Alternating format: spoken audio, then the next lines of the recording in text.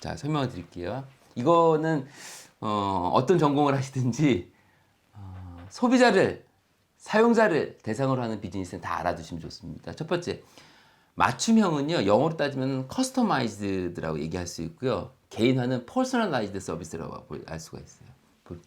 먼저 개인화 서비스부터 말씀을 드리겠습니다. 왜냐면은 개인화 서비스가 더 이해하기가 쉽거든요. 그래서 개인화 서비스, 뭐 퍼스널라이즈 서비스 뭐 다 똑같은 겁니다. 수영님은 쇼핑할 때 앱을 활용하세요? 네, 저는 어디 거? 에이블리라는 어플. 에이블리. 아, 나는 에이블리 안 해봤는데 내가 해봐야겠다. 에이블리. 혹시 그거 말고 내가 알만한 거 혹시 있나요? 어, 왜냐면은 에이블리가 하는지 안 하는지 몰라서 한번 얘기 들어볼게. 에이블리 가면은 내가 예전에 산 상품과 유사한 상품을 계속 추천해 주나요? 네. 해줘. 장바구니에 담아놓으면 어. 비슷한 옷들도 계속 추천을 해주고. 아, 그래요? 네네. 그러면은 수영님이 보시기에 이 추천이 내가 좋아하는 거네? 와 같은 감정을 불러일으키나요? 아니면은 이게 왜 떴어? 이렇게 되나요? 아니면 뭐 그냥 뭐 있으나 마나 뭐 그런 거야. 아무래도 전자에 조금 더 가까운. 근데 얘네들이 추천해 주는 게 좋아. 네네. 느낌, 이거 내가 원래 찾던 거 내가 좋아하는 건데 이게 바로 개인화 서비스예요. 개인화 서비스는 뭐냐면은 데이터를 활용을 해서 이 사람의 소비 행태, 지금은 이제 예를 드는 겁니다. 에이블리라고 하는 예. 소비 행태를 파악하는 거예요. 가령 예를 들면은 저는 마켓컬리에서 주문하는 그 분야가 거의 정해져 있습니다. 어, 제 음식 성향이 나오는데 부산 어묵 그리고 김치 중에서도 백김치, 빨간 김치는 잘 안 먹어요 제가.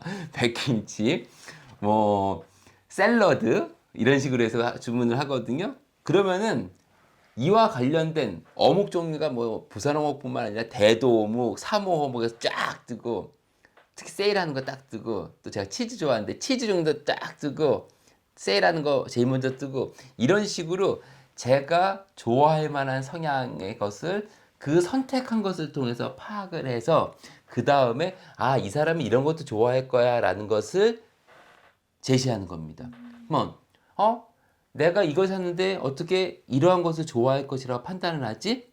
이게 바로 알고리즘이 되는 거예요. 가령 예를 들면은 제가 A라는 제품을 샀는데 저만 샀을 건 아닐 거 아니에요. 어떤 사람도 샀을 거 아니에요. 근데 그 사람이 A 제품을 사고 B 제품을 샀는데 A 제품도 좋아하고 B 제품도 좋아한다면은 저도 A 제품을 샀기 때문에 B 제품도 좋아할 거라고 추정을 하는 거예요. 이게 알고리즘이거든요.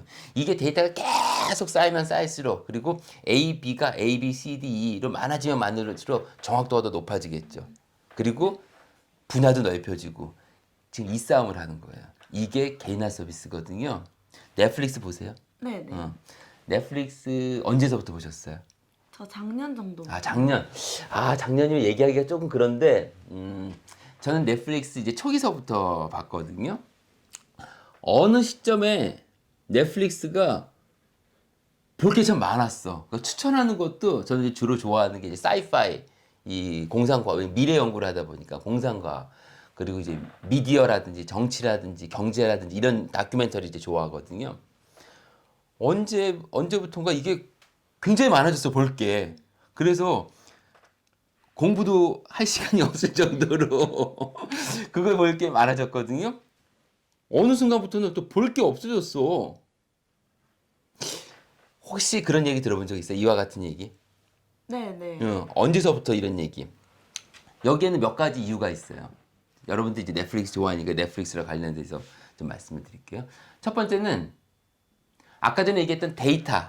이게 여기에서는 뭐냐면 그 데이터가 컨텐츠의 양이라고 볼 수가 있거든요. 그러니까 초기에는 계약을 맺지를 못해서 옛날 것만 틀어줬어요. 그러니까 볼 게 별로 없었어. 그러다가 넷플릭스가 과감하게 돈을 투자하고 투자를 받고 하다 보니까 스튜디오사하고 제작사, 컨텐츠 프로바이더하고 계약을 맺으니까 많아졌어. 그래서 디즈니도 들어오고, 뭐 우리 좋아하는 마블, 스타워즈도 들어오고 이랬었거든요. 그러니까 컨텐츠는 많아졌지. 우리가 보는 시청 형태도 역시 여기도 빅데이터화해서 알고리즘으로 했거든요. 맨 처음에 넷플릭스가 만들어질 때는 미디어사라기보다도 IT사라는 이름을 많이 들었어요. 그래서 나사에서 그 인공지능 하시는 분들 데려와가지고 데이터를 활용한 추천 서비스 개발하고 그랬었거든요. 이건 제 책에 자세히 나와 있습니다. 그래서 그 컨텐츠도 많고 개인의 데이터도 쌓이니까 이 사람은 사이파이를 좋아하니까 어떤 배우가 나온 이런 사이파이를 좋아할 것이다 해서 추천을 해주고 그거 보면 재미가 있었어.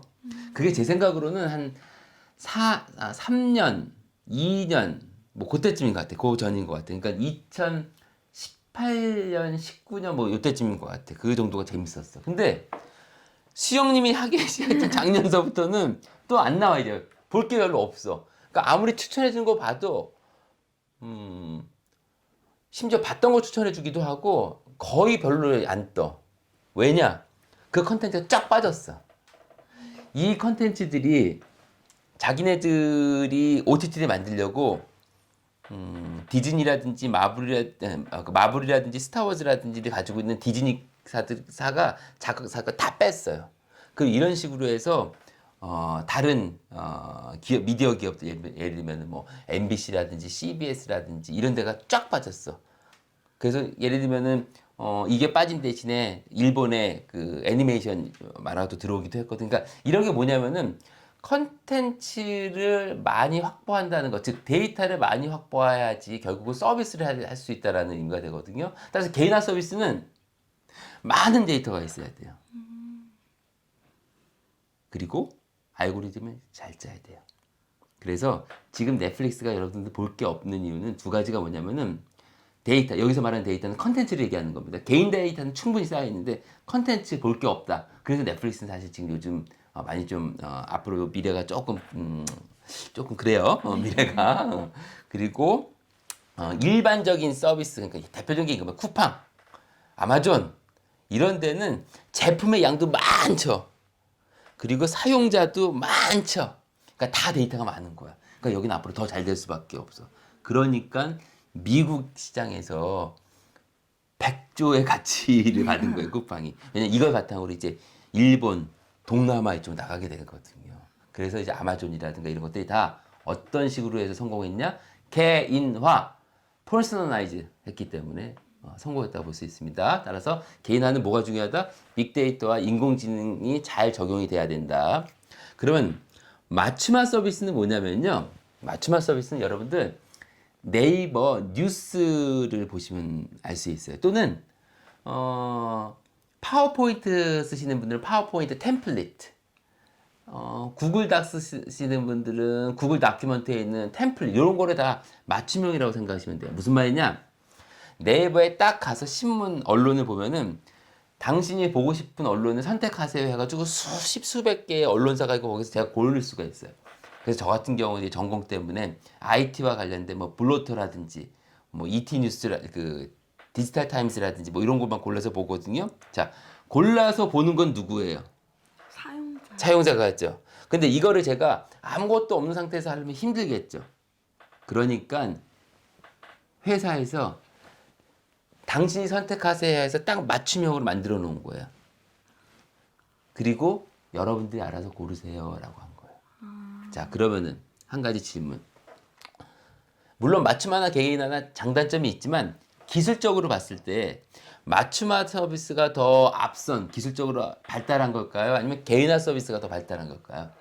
저는 개인화 서비스. 당연히 개인화 서비스겠죠. 왜? 맞춤하느냐 이걸 못하기 때문에 그 중간 단계로 있는 거예요.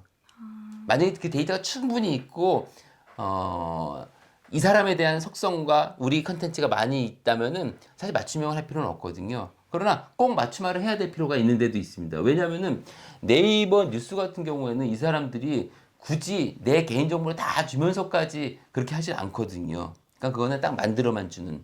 그래서 여러분들이 어떤 비즈니스를 하고 싶은지 그 속성을 잘 파악하신 다음에 실제로 이거는 맞춤화 단계까지만 될 것 같아.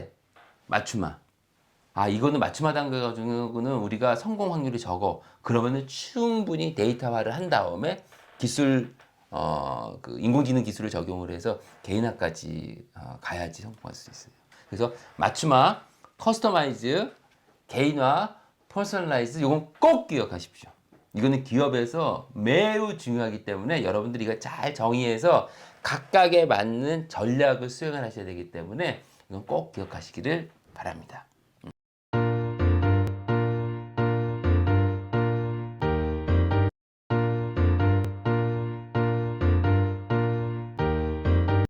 영상이 유익하셨다면 구독, 좋아요, 댓글과 알림 설정까지 부탁해요.